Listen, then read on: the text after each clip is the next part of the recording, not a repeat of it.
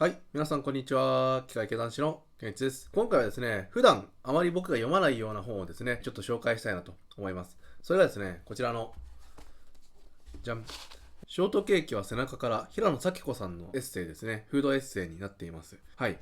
普段ですね、僕はあまりエッセイは読まなくてですね、最近だとずっと小説ばっかり読んでたんですけども、なんでですね、このフードエッセイを読むことになったかっていうとですね、友達が勧めてくれたんですね。この本いいよと言って、勧めてくれたわけで、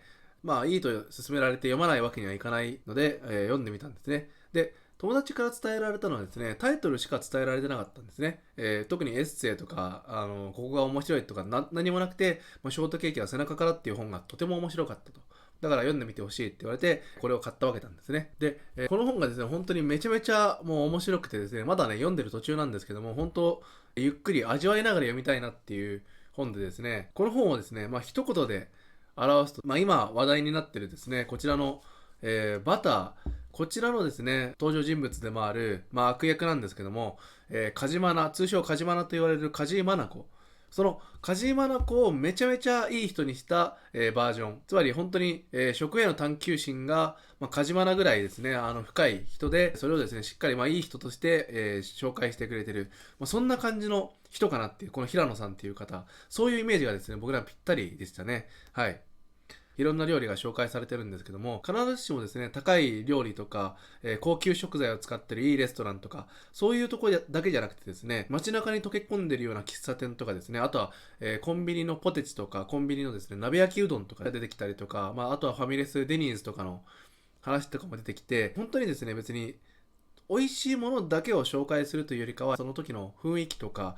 こういう時には、こういうのが効くみたいなんですね。平野さん自身の体験談とか、その時の気持ちとかもですね、いっぱい書かれてて、本当に読んでてね、楽しめる。読んでる側としても、一品一品ですね、なんかこっちも雰囲気を味わいながら楽しめる、そういうエッセイになってますので、とてもね、面白いと思います。もうね、やっぱこの本を紹介されて、ショートケーキは背中からっていう、このタイトルからして面白そうだなって思ったんですけどもね、書店に行って、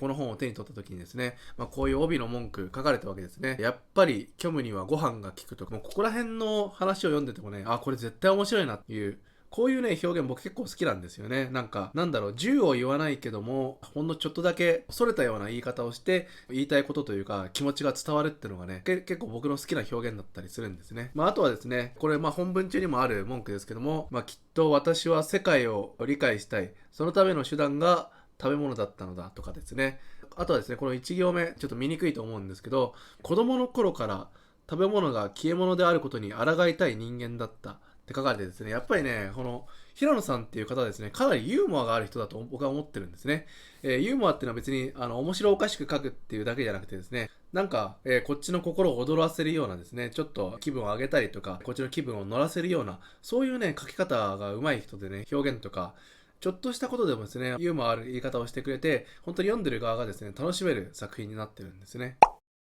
で、ちなみにですね、このショートケーキは背中からっていう本は、フードエッセイにしては、2作目ってわけじゃないんですけども、この10年前に、生まれた時からアルデンテっていう本を出版されてるみたいで、あとはですね、私は散歩とご飯が好き、かっこ犬かよ、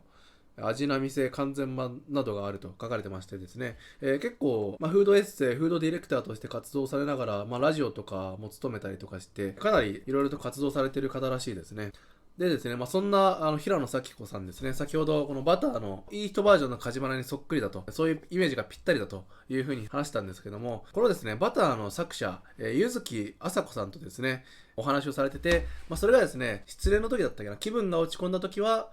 デニーズ、そのデニー何度救われたかわからないっていう話ですね。平野さんと柚木さんが共感されてる時があってですね。確か失恋だったと思うんですけど、失恋の時ですね、深夜にデニーズ行って、そんな時に食べるのはもう絶対たらこスパゲッティだよねっていう話をされてたりとかもしてですね。もう本当、そういう話をされるとですね、やっぱなんか行きたくなっちゃいますよね。失恋しなくても、深夜にですね、デニーズ行ってたらこスパゲッティ食べるとか、ちょっとやってみたいなっていう、かなり紹介されてるお店ですね、多岐にわたってて、もうすでに閉店されちゃってるお店とかもあったりとかして行けなかったりするお店もいっぱいあるんですけど、もう行こうと思ったらすぐにでもコンビニにね走ってってポテチ買うとか、そんなこともできるような話がねいっぱい盛り込んであるので、とてもね読んでて面白いし、自分もですね、